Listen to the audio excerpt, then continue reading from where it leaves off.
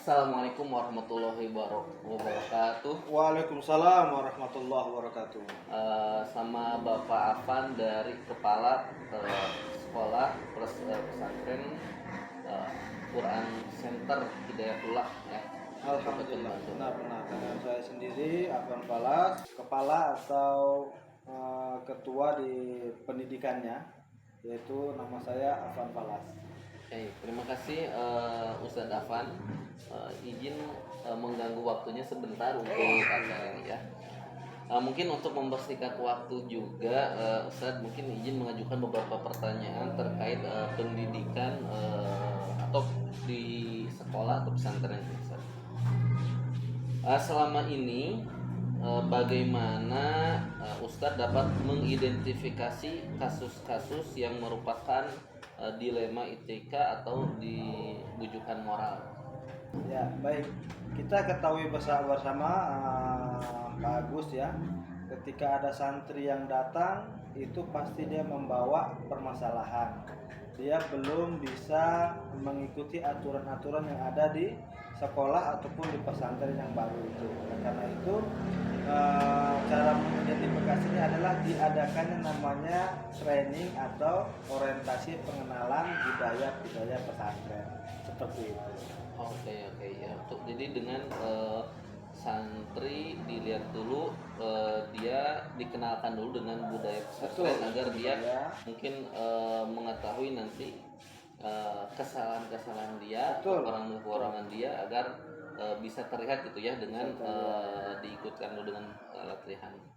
Nah, pertanyaan keduanya, Ustadz, selama ini bagaimana Ustadz menjalankan pengambilan keputusan di sekolah atau pesantren, terutama untuk kasus-kasus di mana dua kepentingan yang sama-sama benar atau sama-sama mengandung nilai kebajikan? Ya baik, ini cukup dilema dan rumit tentunya. Tetapi kalau kita mengacu kepada SOP atau aturan yang sudah dibuat secara bersama, maka tidak akan rumit dan tidak akan ada kepentingan di situ. Kita harus mengambil keputusan untuk kepentingan yang lebih banyak, kepentingan banyak orang ketimbang kepentingan pribadi, dengan mengacu dan melihat daripada SOP yang ada di sekolah atau pondok pesantren itu. Seperti itu. Oke, siap. Makasih Ustaz. Mungkin untuk selanjutnya langkah-langkah atau prosedur seperti apa yang biasa dilakukan oleh Ustaz selama ini? Ya baik, tentunya di setiap sekolah atau pondok pesantren punya aturan. Ada reward dan punishment. Oleh karena itu kita buatkan yang namanya buku mentoring atau buku mutobaah biasa disebutnya, untuk mengidentifikasi melakukan pelanggaran-pelanggaran yang tingkatannya sedang, menengah, bahkan berat. Nanti itu diakumulasikan setiap seminggu sekali untuk dievaluasi seperti itu. Jadi itu ya langkah-langkah yang diambil ketika nanti akan melakukan investigasi tadi ya. Betul. Oke. Nah, selanjutnya Ustaz, hal-hal apa saja yang selama ini Ustaz anggap efektif dalam pengambilan keputusan pada kasus-kasus dilema etika? Ya, untuk kasus-kasus dilema etika ini pengambilan keputusannya itu memang ketika ada masalah harus langsung clear dan clean di situ ya. Clear dan clean, dia harus betul-betul hari itu juga, tidak menunggu waktu lagi, tidak menunggu nanti dan lain sebagainya, tapi ketika ada permasalahan langsung ditindak dan diambil kebijakannya. Tantangannya dalam menghadapi ini apa kira-kira nih, tantangan dalam menghadapi keputusan tersebut? Betul, tantangannya pertama dari sisi senioritas, yang lainnya dari sisi usia, dari sisi kemampuan dan disiplin ilmu yang mungkin lebih tinggi. Ini menjadi tantangan tersendiri. Dan juga yang paling terberat adalah tantangan dalam diri sendiri. Apakah kita mengambil keputusan itu berdasarkan emosional ataukah sebagai bentuk edukasi untuk lebih baik? Oke, berarti tantangannya lebih dari pada diri sendiri. Betul. Karena antara konflik kepentingan kepentingan bersama dan sendiri juga. Betul. Gitu ya. Oke, terima kasih Ustaz. Selanjutnya apakah Ustadz punya sebuah tata kala atau jadwal tertentu dalam dalam sebuah penyelesaian kasus dilema etika? Apakah Ustadz langsung menyelesaikan di tempat pada situ juga atau punya jadwal khusus untuk menyelesaikan masalah dilema etika, bentuk atau prosedur seperti apa yang Ustadz jalankan selama ini? Ya baik, seperti yang tadi kami sampaikan di awal, ketika ada permasalahan langsung ditindak, akan tetapi di sini kita lihat lebih dahulu yaitu permasalahannya dia kasusnya sudah sampai ke tahap apa, apakah ringan, sedang atau berat. Tapi ketika dia masih sedang, itu mungkin menunggu, jangan sampai ketika kita mengambil keputusan itu suasana hati kita sedang kurang baik. Oleh karena itu ketika kita dalam menghadapi kasus-kasus besar, diutamakan dulu mungkin untuk meredam, mungkin 1 hari kemudiannya baru kita mengambil keputusan itu. Tapi intinya jangan berlama-lama. Oke aja, jadi intinya langsung ditindak pada saat itu juga Ustadz ya. Betul, ya, betul. Dan sesuai dengan tingkat pelanggaran. Ustadz, adakah seseorang atau faktor-faktor apa yang selama ini mempermudah atau membantu Ustadz dalam pengambilan keputusan dalam kasus-kasus dilema etika? Betul. Tentunya setiap orang pasti punya guru spiritual dan itu yang menjadikan rujukan kita. Oleh karena itu kita harus sering banyak belajar kepada guru-guru kita lagi. Jadi kita tidak langsung mengambil serta-merta kebijakan, tapi kita minta pendapat kepada orang-orang yang lebih tinggi di hadapan kita, yang kita bisa pinjam lisannya, yang kita bisa pinjam argumennya, yang kita bisa pinjam wawasan dan juga serta kemampuan lainnya. Seperti itu. Oke, ya. Satu lagi pertanyaan, dari semua hal yang telah disampaikan, pembelajaran apa yang dapat Ustadz petik dari pengamalan Ustadz mengambil keputusan dilema etika? Sabar dan libatkan Allah di setiap langkah dan perbuatan. Itu Masya aja. Allah, luar biasa ya, libatkan selera Allah. Oke, makasih banyak Ustadz, Ustadz yang sebagai kepala di sini telah yang diwawancara. Terima kasih banyak dan mohon maaf yang besar-besarnya. Masya Allah. Assalamualaikum warahmatullahi wabarakatuh.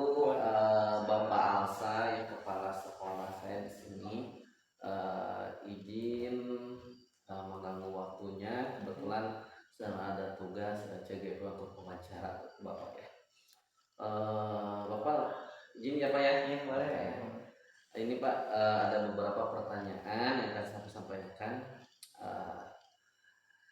Selama ini bagaimana Bapak mengidentifikasi kasus-kasus yang merupakan dilema etika atau rujukan moral? Kejadian yang terjadi ya ketika mungkin anak-anak di sekolah ya, terkait dengan dilema etika ya, kasus dilema etika. Dilema etika itu ya saya ketika ada anak-anak siswa yang berkelahi, namun dari anak-anak siswa itu ada temannya yang mengetahui ya, dari tadi ya, dari kasus tadi lah yang saya sebutkan. Nah, dapatlah saya ambil identifikasi dari kasus dilema etika itu. Pertama dari kebijakan ataupun aturan yang ada di sekolah kita, bagaimana cara menyelesaikan masalah itu, dan pertama dilihat dari aturan ya, aturan dari sekolah itu seperti apa. Nah, dari sekolah saya pribadi ya, pertama mengidentifikasi kasus dilema etika itu yang memanggil dari siswa sendiri seperti itu. Oke, terima tentang tadi bujukan moral sama atau gimana Pak? Nah, bujukan moral berarti yang terdengar dan salah gitu ya? Iya. Identifikasinya seperti apa? Atau sama atau gimana? Jadi identifikasinya bujukan moral itu pertama dilihat terlebih dahulu. Pertama dari anak-anak ataupun siswa yang ada di sekolah itu, kita cari dulu benar-benar bukti dia melakukan kesalahan atau tidak. Pertama mencari kebenaran itu terlebih dahulu, baru modifikasi ke yang lain. Oke, ya, betul, makasih Pak ya. Selama ini bagaimana Bapak menjalankan pengambilan keputusan di sekolah Bapak, terutama untuk kasus-kasus di mana ada dua kepentingan yang sama-sama benar ya, dan sama-sama mengandung nilai kebajikan. Jadi bagaimana cara mengambil keputusannya nih? Jadi ada dua kebajikan ya. Gitu. Gimana cara mengambil keputusannya Bapak selama ini? Ya, saya mengambil kebetulan sebetulnya dua-duanya penting ya. Tapi saya mengatur dari dua kepentingan itu dengan cara manajemen waktunya gitu. Pertama itu saya melihat terlebih dahulu dari beberapa aspek yang mana nantinya yang akan menjadikan sebuah pertimbangan buat kami selaku, yang mana dari pertimbangan itu bisa menjadikan sebuah kemaslahatan dan dari kedua siswa itu, dilihat dari ya aspek sosial ataupun secara musyawarah dan juga mufakat yang kami lakukan selaku guru seperti itu untuk menghasilkan keputusan yang baik. Oke, terima kasih Bapak ya. Oke, jadi dengan mufakat, dengan memperhatikan nilai-nilai sosial dan lain sebagainya gitu Pak ya. Oke Pak, selanjutnya langkah-langkah atau prosedur seperti apa yang biasa Bapak lakukan selama ini, prosedurnya seperti apa? Ya, untuk langkah-langkah yang diambil ya terkait dengan permasalahan tadi, ya sebetulnya kami mengundang terlebih dahulu ya, dari kalau dilihat dari aspek sekolah ya, aspek sekolah itu kami mengundang terlebih dahulu guru-guru yang mana bisa memberikan pertimbangan ya, terhadap keputusan nantinya, dan juga komite-komite yang ada di sekolah pun dilibatkan untuk bermusyawarah dan nantinya akan menjadikan suatu keputusan yang terbaik juga melalui musyawarah dengan guru-guru yang ada di sekolah itu. Oke, terima kasih Bapak. Selanjutnya, hal apa saja yang selama ini merupakan tantangan dalam mengambil keputusan pada kasus-kasus di ilmu etika? Tantangannya sih rasa ketidakenakan saja ada siswa-siswa yang di ilmu etika tersebut, karena ya dua-duanya baik dan kita pun harus menentukan kemaslahatan terhadap dua siswa itu sih yang membuat keberatan terhadap memutuskan dari wilayah kita itu sendiri. Oke, tidak nyamanan keenakan Pak ya. Oke, terima kasih Pak. Selanjutnya, apakah Bapak memiliki sebuah tata kelola ya atau jadwal dalam sebuah penyelesaian kasus di ilmu etika ya? Apakah punya jadwalnya dalam penyelesaiannya? Apakah Bapak langsung menyelesaikan di tempat atau memiliki sebuah jadwal untuk menyelesaikan bentuk atau prosedur seperti apa yang Bapak jalankan? Prosedur yang kami jalankan ya terkait dengan masalah tadi, ya pertama kami menentukan terlebih dahulu ya waktu yang tepat supaya setiap keputusan yang kami berikan ya kepada siswa itu lebih matang juga, dan juga tidak ada kecemburuan juga dari siswa itu. Jadi pertama ya kita pun menentukan waktu yang tepat lah, waktu yang tepat gitu, waktu yang tepat.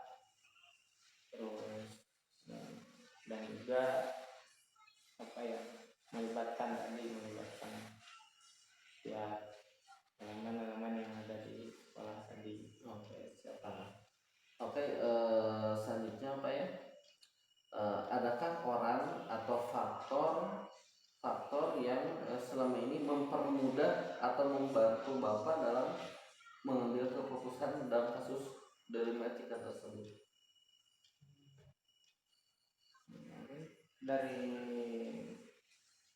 Dari penilaian kalau tadi ya orang ya kembali lagi melihat itu dari ya, aspek pertama itu dilihat dari berbagai ataupun dari guru manapun ya yang mengajarkan terhadap siswa itu. Jadi ketika kita mengambil pandangan juga dari beberapa guru yang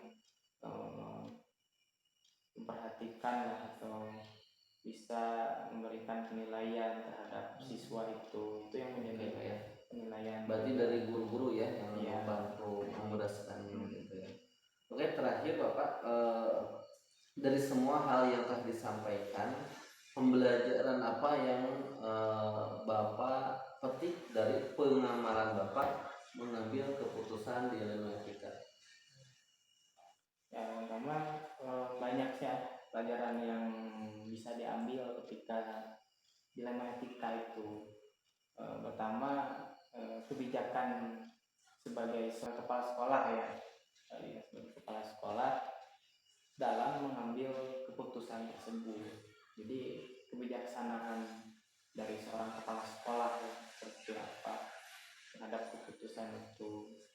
Terus Dilatih ya. ya dilatih ya.